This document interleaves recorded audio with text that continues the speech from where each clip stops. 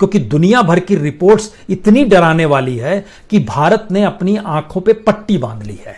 और जो ये लॉकडाउन रहेगा या नहीं रहेगा, इसके पीछे कोई वायरस की सोच नहीं। अब सवाल ये आ गया है कि अब जिंदगी चलेगी कैसे, क्योंकि हमको लगता है कि अब इसके पैरेलल में दो रिपोर्ट का जिक्र आपसे कर दे, फिर भारत की स्थिति पे आएंगे। एक वर्ल्ड बैंक की रिपोर्ट आई है, एक इंटरनेशनल लेबर ऑर्गेनाइजेशन की रिपोर्ट आई है। वर्ल्ड बैंक की रिपोर्ट कहती है 4 बातें होने वाली हैं। लेबर सप्लाई में कमी आएगी। मैसेज भारत के लिए, गांव से अब लेबर शहर लौटने की स्थिति में पूरी तरीके से नहीं आएंगे, क्योंकि जिस हालत को उन्होंने देखा, जिया है, और अभी भी जो स्थिति में लगातार है कि आप सोशल डिस्टेंसिंग के साथ ही आपको रहना है, जिन परिस्थितियों में रहना है, उसमें वर्ल्ड वाइड कहा जा रहा है लेबर सप्लाई में कमी आएगी। दूसरा है व्यापार, ट्रेड का कॉस्ट जो है वो बढ़ जाएगा, यानी ट्रेड कॉस्ट कीमती होने वाला है। अब सवाल है कि उसके ठीक पैरेलल में है कि जो आप कमाते हैं और जिसे खर्च करते हैं उसमें लगभग 60% की, कल तक आप 100 रुपए खर्च करते थे, आज आप 40 रुपए से ज्यादा खर्च नहीं करेंगे। लेकिन ये 40 रुपए कहां खर्च करेंगे? वर्ल्ड बैंक की रिपोर्ट कहती है सारे सामानों की खपत घर के सामान में होगी, यानी ग्रोसरी, यानी राशन। इसके अलावे सारी चीजें ठप हो जाएंगी और सबसे बुरा असर तो टूरिज्म पर पड़ने वाला है। लोगों की आवाजाही ठप हो जाएगी। दुनिया भर में कितनी बड़ी तादाद में बेरोजगारी होगी, कितनी बड़ी तादाद में जीडीपी नीचे जाएगी, इसका जिक्र हम लोग बार बार करते रहे, लेकिन इसको एक लिहाज से इंटरनेशनल लेबर ऑर्गेनाइजेशन ने उसकी एक जमीन तैयार की। उसका कहना है कि पूरी दुनिया के भीतर में लगभग 330 करोड़ लोग मजदूर के तौर पर काम करते हैं। 330 करोड़ रुपए, 330 करोड़ लोग। उस 330 करोड़ में से लगभग 200 करोड़ जो हैं वह पूरी तरीके से असंगठित क्षेत्र है, अनऑर्गेनाइज सेक्टर है, जिसमें कोई आपको सामाजिक तौर पर सरकारें जिम्मेदारी नहीं लेती है। उसमें से 160 करोड़ की नौकरी जा चुकी है। भारत की तादाद असंगठित क्षेत्र में लगभग 92% है और भारत में असंगठित क्षेत्र की नौकरियां चली गई, तबाह हो गई है। वो सामान्य स्थिति में भी क्यों तबाह थी वायरस के आने से ठीक पहले, यह भी हम आपको बताएंगे। यानी यह नहीं है कि वायरस ने तबाह किया है, हमारे यहां सरकार चलाने की परिस्थितियां में इकोनॉमी कैसे ध्वस्त होती चली गई, इसका भी एनालिसिस सरकार के ही डाटा में छुपा हुआ है। और आईएलओ की रिपोर्ट बहुत साफ कहती है कि 130 करोड़ कामगारों के सामने तो सीधा असर रोजी रोटी का पड़ने वाला है। रोजी रोटी से मतलब है भूखमरी की स्थिति आती है, जिसका जिक्र आईएमएफ भी कर रहा है, इंटरनेशनल मॉनेटरी फंड भी कर रहा है। आईएलओ को कहना है कि मैन्युफैक्चरिंग सेक्टर होगा, एकोमोडेशन एंड फूड सर्विस होगा, होलसेल और रिटेल ट्रेड होगा, रियल एस्टेट होगा, पूरी तरीके से तबाह होगा। और इन स्थितियों के बीच में मानकर चलिए कि अगले 6 महीने कम से कम 10.5% काम के घंटों में गिरावट आ जाएगी, काम नहीं होगा लोगों के पास। इसका मतलब यह है कि कुल मिला के 30 करोड़ लोगों की फुल टाइम नौकरी चली गई।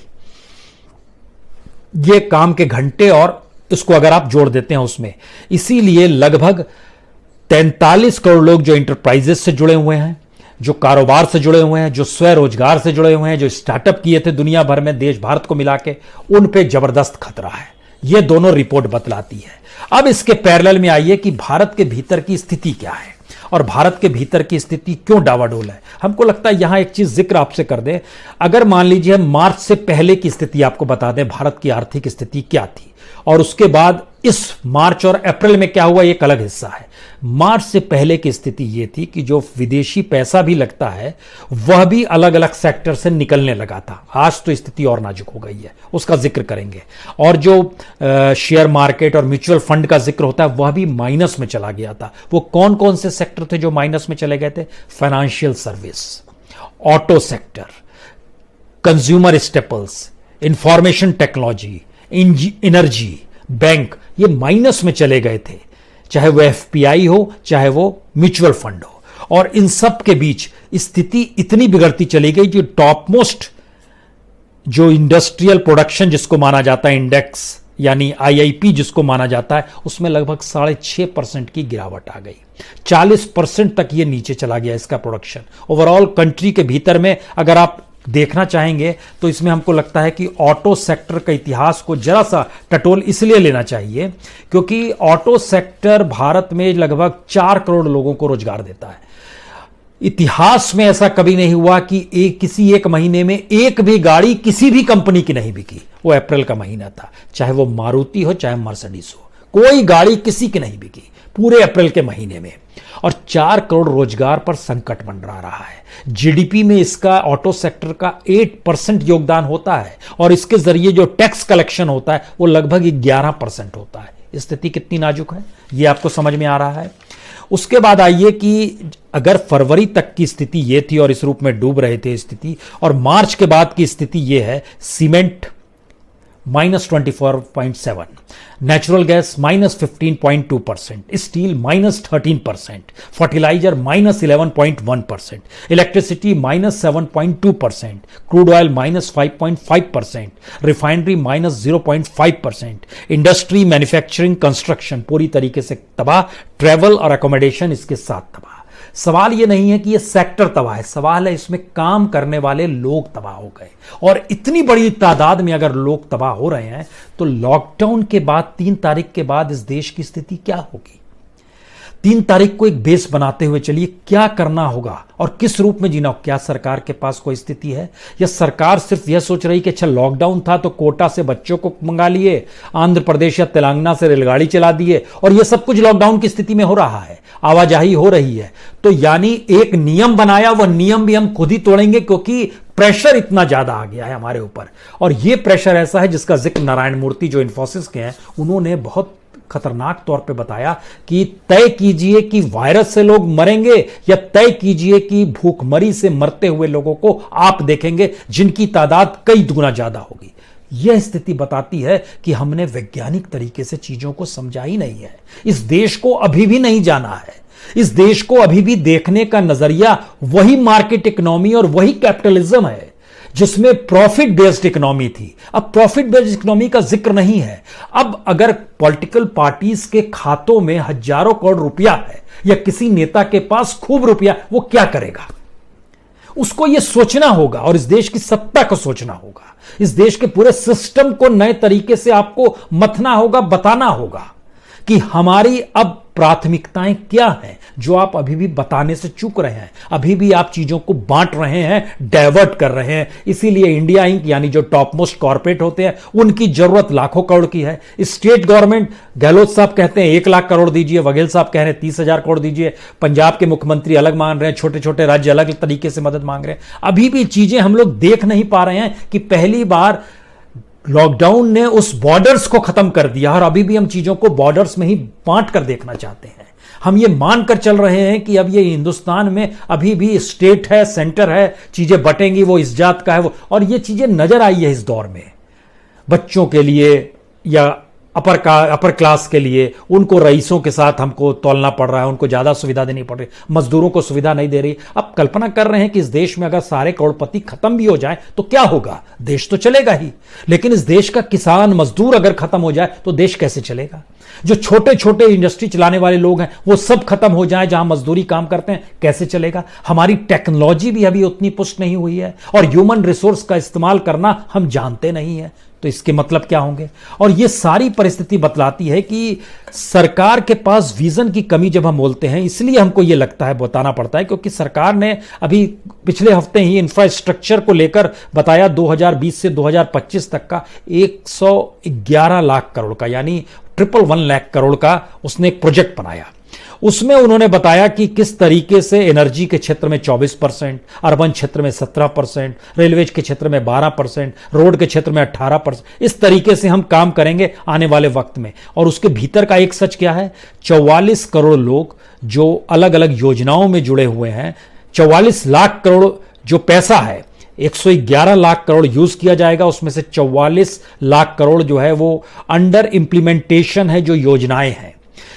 33 लाख करोड़ की योजनाएं अभी कंसेप्शन लेवल पर है, सोचा जा रहा है, और 22 लाख करोड़ अंडर डेवलपमेंट है। इसका मतलब यह है कि अगर मान लीजिए इस देश के पास इकोनॉमी डामाडोल है, आप अभी भी नहीं समझ पा रहे हैं कि आपकी योजनाओं की प्राथमिकता क्या होनी चाहिए, किस दिशा में कौन सा काम आपको करना है, नहीं पता है। क्योंकि आरबीआई की स्थिति भी कोई अच्छी नहीं है। आरबीआई की अपनी क्रेडिट रिपोर्ट बतलाती है कि उसके यहां जो इंफ्रास्ट्रक्चर सेक्टर है वह 19 महीने में सबसे नीचे आ गया, 3.3% नीचे आ गया।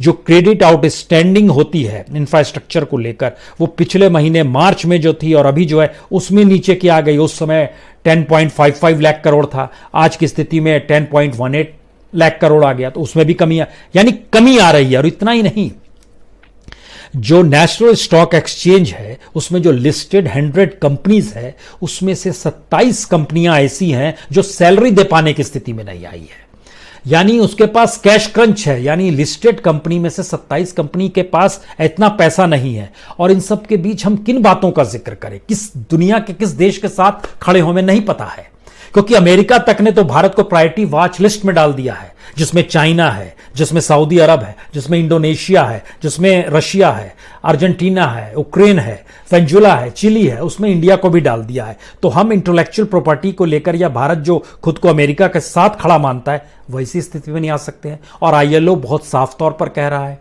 इंटरनेशनल लेबर ऑर्गेनाइजेशन, कम से कम 30 करोड़ लोगों की नौकरी तो बहुत साफ तौर पर चली जाएगी। ये फुल जॉब है, यानी जो पूरी तरीके से जिन्हें जॉब मिली हुई थी, जो सिक्योर थे, ये अनऑर्गेनाइज सेक्टर का जिक्र नहीं है।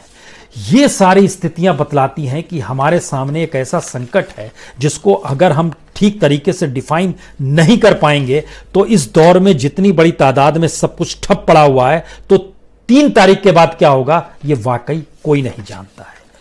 एक आखिरी बात हम आपको कहना चाहते हैं, क्योंकि इसके अगले हिस्से में हम आपको बताने जा रहे हैं कि रास्ता क्या हो सकता है और किस रूप में सरकार को काम करना चाहिए। लेकिन हम आपको बताएं, जब सरकार ने, जब मुख्यमंत्रियों से बातचीत की, प्रधानमंत्री ने, पता नहीं क्यों एक किताब हमने पढ़ी, आप भी उस किताब को जरूर पढ़िएगा। ये किताब चाइनीज़ किताब है, सन ताओज की किताब है, SUNTZU, इसको मास्टर ऑफ सन कहते हैं। इनकी एक किताब है आर्ट ऑफ वार।